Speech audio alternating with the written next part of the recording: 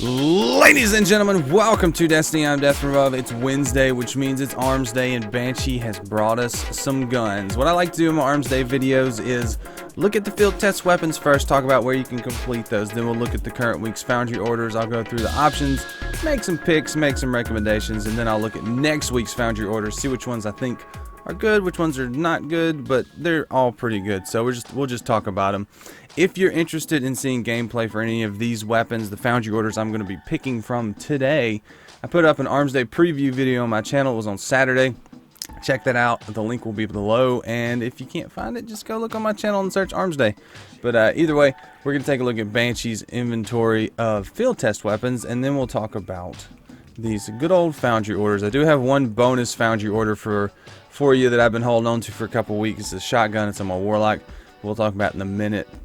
Right now, we got a Hakke Teste auto rifle used against Cabal. You can do that on Mars. Hakke TSA-10 using Crucible. Just do some Rumble or do whatever. It's a primary. You'll be all right.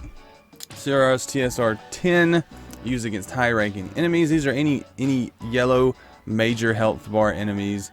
You can do this on the Citadel where the 3 Minotaurs are. You can do this on the Cosmodrome where those 3 majors spawn down in the basement. Hakke Teste sniper rifle used against Cabal Centurions. This is one I hate the most, but you can go to the Scablands, I believe. It's where you load into Mars, go to the right, and so the next area where you have all the Cabal fighting the Vex. There's 3 Centurions that spawn off and on there. You can get those guys. This one just takes the longest of all of the field test weapons I've been using. And then we have the Omolon Thesan FR4 using the Crucible. So these, some of them are repeats. These 2 were here last week. But go to Mars. You can get most of these done on Mars. Just take the rocket launcher with you.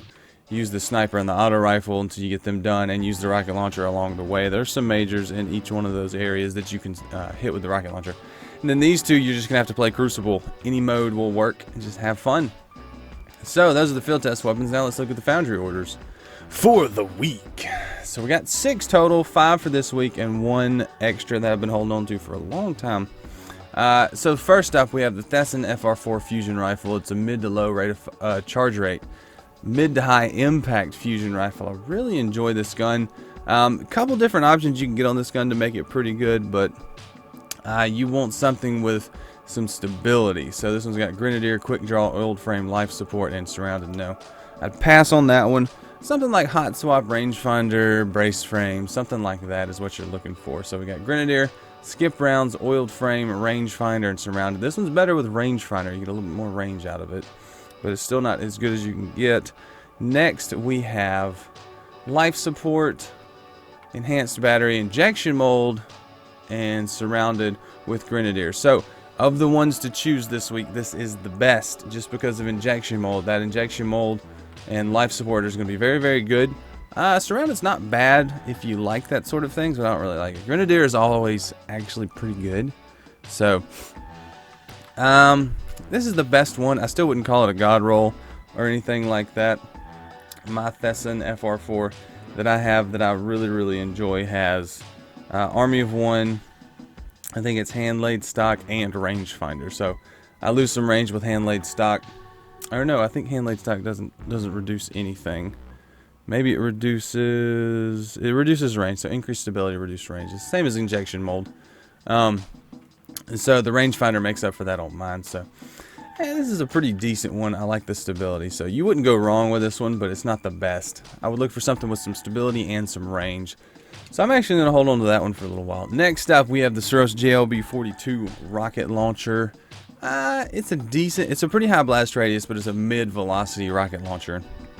So, as I'm seeing it currently, we have tracking, heavy payload, lightweight, and javelin. This one's pretty good. I've got this exact version on my character, and I can say I use it for PvE some. The tracking is decent, but the heavy payload and the javelin coupled with soft launch will give you that pretty decent velocity and almost max blast radius. So, that's something you can definitely think about picking up. The next option, do we have a grenades and horseshoes option? We have an unflinching and another tracking. So unflinching, I would just pass right by this. There's no reason to get this as a rocket launcher. You're just not gonna, I don't know what you're gonna do with that. It's just, you'd have to hit the ground near the target, and it's just not going to happen. So next up we have tracking again. This one has single point sling, flared magwell, snapshot, perfect balance. I'd pass on this one. Go with the first one if you want tracking. If you're holding out for something more PvP focused, just save that till next week, and maybe he'll bring a grenades and horseshoes option. Next, we have the Suros DIS-43. So this is a mid rate of fire, mid impact scout rifle from Suros. Comes with the 26 and the 37 scopes. It's got fitted stock and pinned magazine, taking these single point sling and small bore. Pretty decent stability here if you like this archetype. I don't like the scopes on this one, and take a knee, they improved that recently, but I don't know. Does anybody use this? And because you'd have to crouch to activate it every time, so I just can't see that being very useful. But maybe if you modify your playstyle, you can get that to work for you, but I just have not. So next up, we have a full auto. Ooh. Oh, liking what I'm seeing. Lightweight, full auto, perfect balance, feather mag, 26 and 57. I like the 57. So there you go, guys. That's a good option right there. I like the full auto. I like the perfect balance. I like the small bore. I'll probably pick that one up unless the third one has something better than that, but it's not likely. So we've got hidden hand, high caliber rounds, appended magazine, lightweight, and reinforced barrel. If you want to be a sniper or a counter sniper, here is your option right here. It's got the 28 scope, which I really enjoy, and the 57 with the 12. High caliber rounds, hidden hand, and reinforced barrel give you that max range. You'll have very good target acquisition, and you'll have high caliber rounds to stagger the sniper. That's the specific role I would recommend for this one. This one almost would be like a Boolean Gemini type situation where you have that intense range and the high caliber rounds. So that could be interesting, but as far as an all-around gun, I recommend the second one. So I'm going to go ahead and pick that one up. With the full auto, I like the looks of that one. Alright, Banshee, what do you got for me? I got 3 packages, 2 weekly packages, and 1 shotgun that I'm waiting on a god roll. Hopefully, we'll get something good. So, first up we have the Hakke Lyudmila-D high impact, low rate of fire pulse rifle. I'm seeing good things right here. This is a gun that got buffed in 2.4 and actually became much better, in my opinion. They increased the rate of fire. So this one has head seeker, rangefinder, high caliber rounds, fitted stock, and reinforced barrel. I was looking for something with some good stability. I was hoping for hand laid stock right there. This gun you need, or at least for me, I need some good stability. It kind of kicks up and to the left real bad. But if you can get used to that, aim for like right shoulder or left shoulder. Yeah. Opponent's left shoulder. It'll kick up into your left and go from body to head with rangefinder and fitted stock, or reinforced barrel if you want that range. But I don't know, this gun's kind of hard to handle already, and stability is key on it for me, at least. So that's a no. Next, we have danger close, zen moment, single point sling, speed reload, and reinforced barrel again. Interesting. I don't know, that's too specific of a situation for me. You gotta have 2 enemies in close proximity, and you have to get a hit before you get the stability you need. Not too crazy about that setup. I did like the scope though. And then finally we have Army of One rangefinder. Does this one have reinforced? No. Oh, well, no stability here. I can't really recommend these to you. I would say the second one would be an interesting. First one's a good combination. Run fitted stock. If you can get used to the recoil pattern, that's the best option for the week. So number 1 is the one that I would pick. Next we have Suros PDX-41, a gun that I've really liked for a long time. I just haven't had the best version of it. So the PDX-41 first option comes with the 28 and the 57 with hammer forged, oiled frame, outlaw, lightweight, and small bore. That's not bad at all. I can definitely get behind that for some PvE action. It's a higher impact, kind of a mid rate of fire, mid impact pulse rifle with outlaw, hammer forged, and small bore could be a very good combination. I like that. It's not great, but I like it.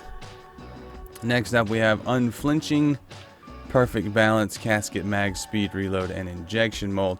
This one you're going to get a lot of stability. This will be a good PvP option right here. Very good stability. You're going to fight the flinch, so you'll do pretty well with this. I would definitely PvP with that gun right there. And then the third option we have rangefinder. Rangefinder, fitted stock, oiled frame, reinforced barrel, and speed reload. So it's going to have a little bit of kick. This one's going to have some kick. Fitted stock rangefinder. The reinforced barrel will give you the extra range, or you can go with speed reload. Either one would be good. I don't know. Which ones do you think on this one, guys? I'm kind of stuck in between the choices on that one. None of them speak to me as god rolls, but some of them are pretty good. So what do you guys think? Outlaw, unflinching, or rangefinder for the PDX-41? Let me know in the comments about that one. And then finally, we've got the Jingu Kogo D, a gun that I'm waiting on something that's never going to happen. I guarantee it. But let's take a look and see what I got. So what I'm waiting for is Feeding Frenzy final round. And what's the third one? I can't remember now off the top of my head. But anyway, it's not here. Army of One rangefinder, single point sling, hand loaded, rifled barrel. I'm waiting on Feeding Frenzy final round, rifled barrel. So I'm going to hold on to this one until I get it, which may not ever happen. But this one's got hand loaded, rangefinder, Army of One. That one's not bad. It's not bad. That would be a good choice. And then 2 more options to get to. What do we got? We got rangefinder again with close and or personal after landing a hit. Fitted stock, hand laid stock. No range there, but rangefinder's good. So not bad, not bad. And then finally, Army of One is that spray and play.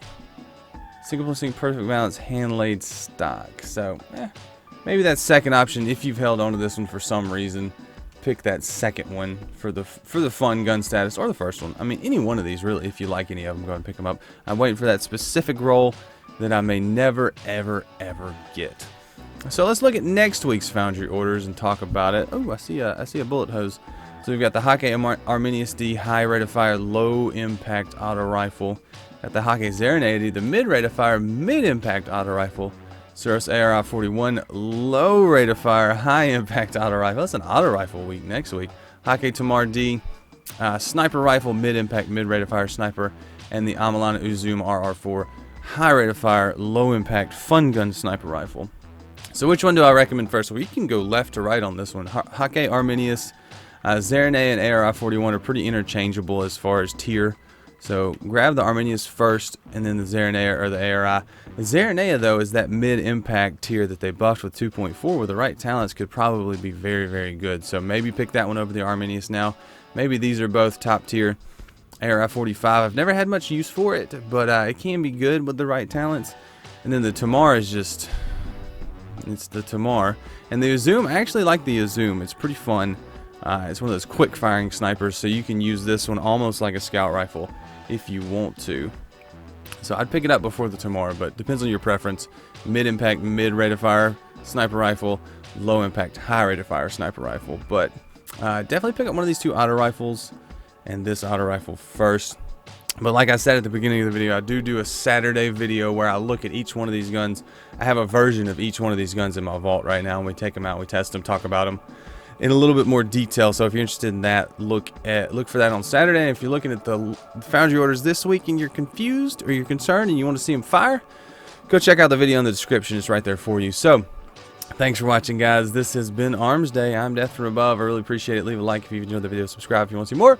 And share the video if you want to help the channel grow. It really does help. But until next time, I'm Death from Above. I will see you later. See you, bye.